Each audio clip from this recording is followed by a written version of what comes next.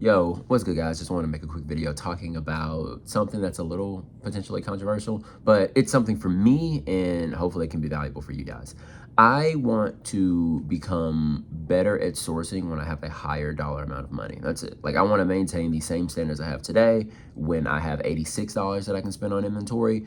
I want to be able to do that same level of diligence when I have $860 to spend on inventory, because mistakes compound. If you are making one mistake out of 9 items right now, then that means that if you do 90 items, you will have 9 mistakes, right? Which doesn't sound like much, but here's the other problem. Mistakes don't work that way. They're not linear. You don't make that same tier of mistakes 1 out of 9 or 1 out of 10. What ends up happening is that these mistakes can start to flood your entire, business, where it goes, hey, because you were doing 10, you were making a mistake one time. Now that you're doing 20, 4 of your items are mistakes. Now that you're doing 25, like 7 of your items are mistakes. Now that you're doing 40, like 18 of your items are mistakes, because in order to get those items, you make increasingly higher amounts of concessions. And I think the only way to get around these concessions is to be sourcing in a way that is more akin to like black and white. And I don't think that anyone sources in a black and white way. Now, don't get me wrong, there is someone who can comment on this and say, I actually only source based off the data. And I respect that. I love it. But I think that there are many items that we pick up that we would say, if we looked at the data on those items, we probably would not pick that item up. It wouldn't make that much sense.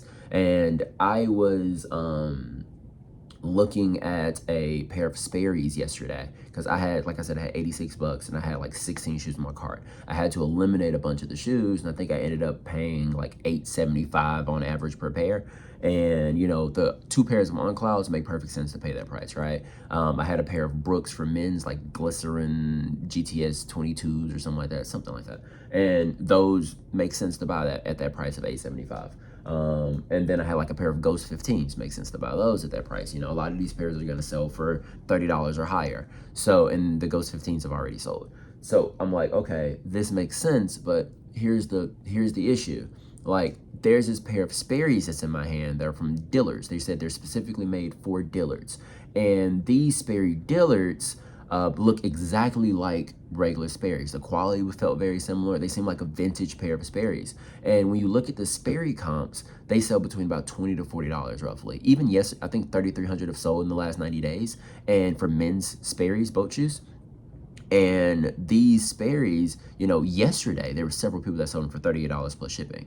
So it's very likely that you could pay $7 for these and sell them for $30. But that wouldn't be sourcing based off of the data, because when you look at the data for Sperry Dillard's, only 2 of them have sold, and those 2 sold for $20 and $15, which made an average of $17.50, which would not be a pair that I'd want to pick up. Now, here's the thing. It could be because people aren't putting Dillard's in the title when they list their Sperry's. Thus, there's other ones that are in there that might have sold for more. You just don't see them. I'm only looking at the ones who put Dillard's in the title.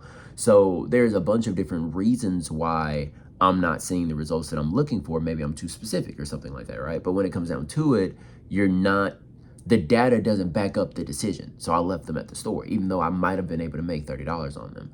And there are many other circumstances where I do not leave it at the store, and the data doesn't necessarily back up what I'm thinking. And I think this could be the case for a lot of us, because let's take something as simple as like a Patagonia jacket, right? Like, Patagonia jackets are cool. They're great. They make good money. Like, I think Cinchilla is one of the better models of Patagonia jackets. But like, if you look at the data on a Patagonia Cinchilla jacket, you wouldn't buy it. Not right now, at least. Because the jacket right now for men's, there's 10,000 listed. For women's, there's 10,000 listed. And if you look at the solds for men's, let me click this real quick. For men's, there's 2,500 that have sold in the last 90 days. So that's 25% have sold in 90 days. And then for women's, 1,200 have sold in 90 days. So like, that's like a 10% sell-through rate, like 12% sell-through rate for women, and then a 25% sell-through rate for men over 90 days, which means that it's under 10% a month. Now, how many of us, when we're sourcing, are like, hey, I pick up items that have a sell-through rate of below 10% per month? None of us, right? Like, none of us are trying to pick up those types of items. especially if you're in the clothing category or something like that. Like, that's not your goal. If you, and especially when you find a women's chinchilla jacket, it's like, I'm not about to pick this up. It has a under, like a 4% sell-through rate per month or something like that. And that's including the months where it was a little bit chillier, right? It's about to be relatively hot going through the rest of July into August. Now, your thought process might be, well, hey, it doesn't matter because I'll have it in September, and in September, people are going to be buying it. Maybe. You might be right. You might be wrong. You don't know what's going to happen. You're just assuming, which is a fair assumption. I agree with it fully. I make the same types of assumptions, but I feel that this type of thinking isn't data driven, which is okay, kind of. Not really, actually, because you start making mistakes as you get larger and larger amounts of money. If we're talking about doing that and we're spending $50, it's not as big of a deal. If we're talking about doing that and we're spending $1,500, it could be a much bigger deal. Especially if you're like trying to use this money to live on and things like that. And you might go, hey, but no. See, Isaiah, those are the wrong jackets. The Aztec jackets are the ones that are really good. Like, if you get an Aztec Patagonia chinchilla, that's money, right? But 1,400 of those have been listed for men, and the sold right now is $376 on eBay. So it's it's like close to 30% of sold, which is 10% a month again. It's the same thing as a regular jacket, basically. And then if we look at women's, there's 1,500 available, and sold is 182.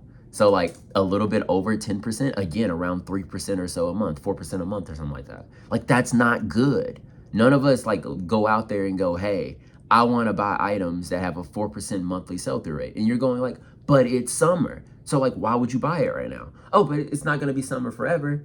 Sure. But like, why buy an item that you wait 6 months to sell it for $40 when you could have bought, or 5 months, 3 months, whatever it ends up being, when you could have bought something that you could buy today and sell today, like, or sell in the next week. There's other items out there that sell for $40. This is the primary reason why I stopped picking up a lot of kid shoes.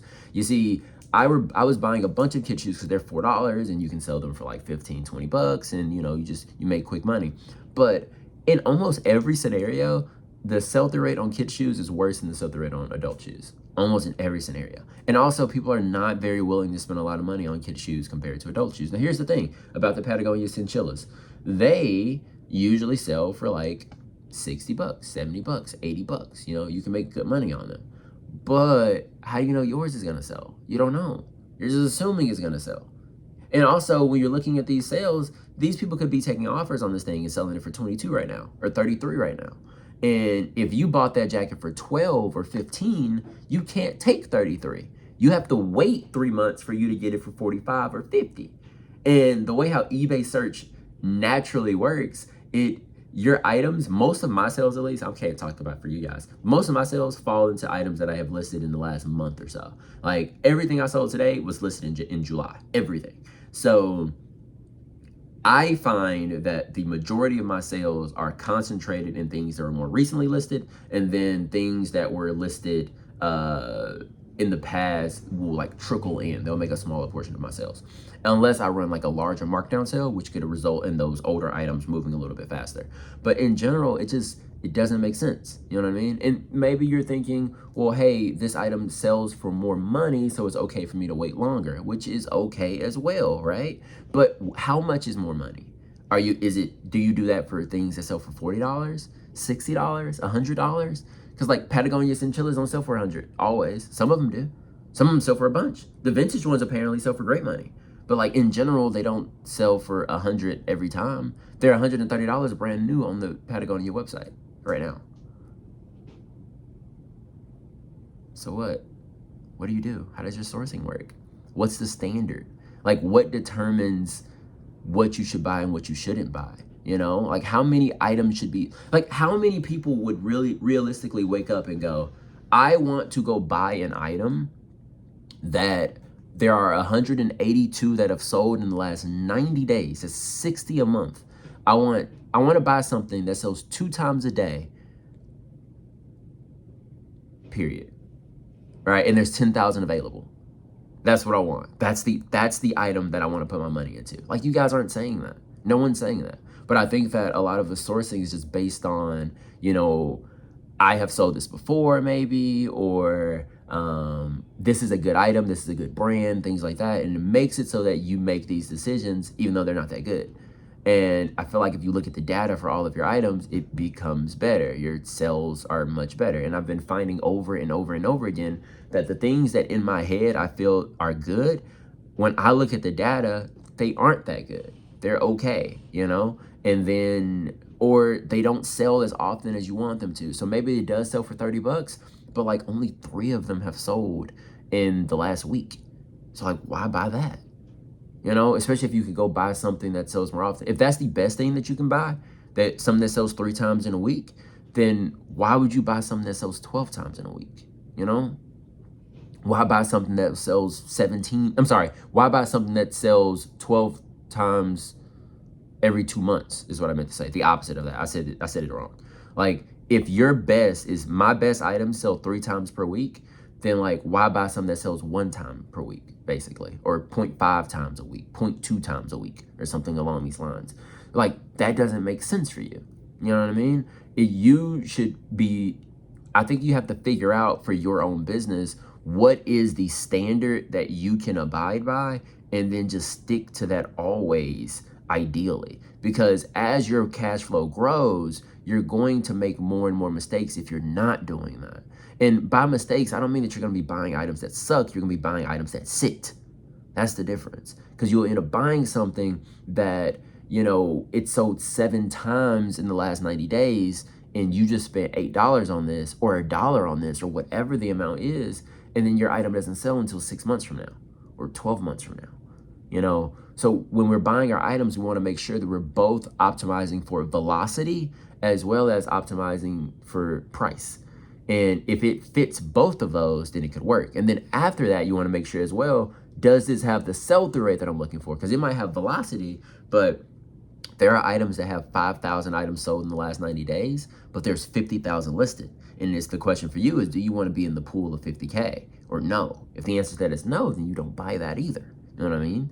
So it's tough, man. I think this game is much more difficult than the way that I have been doing my sourcing historically.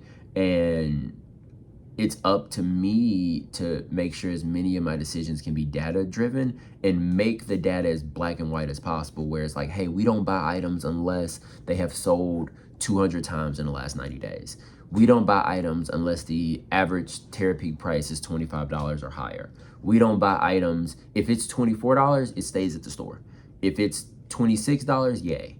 You know, I don't buy items that are $30 and sell for $50. Like, I have to at minimum make a $15 profit on my items, or whatever it is, whatever your thing is. But I think the more black and white you make it, the better it can be.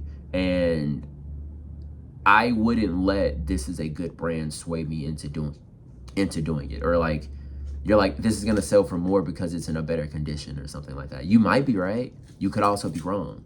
And or it's gonna sell faster because it's in a better condition. You might be right. You could also be wrong. And like, how much of your money are you willing to bet to see if you're correct or not? And if your business isn't going the way that you want it to go, then that could be part of the reason why. So appreciate y'all. Talk to you soon. Peace.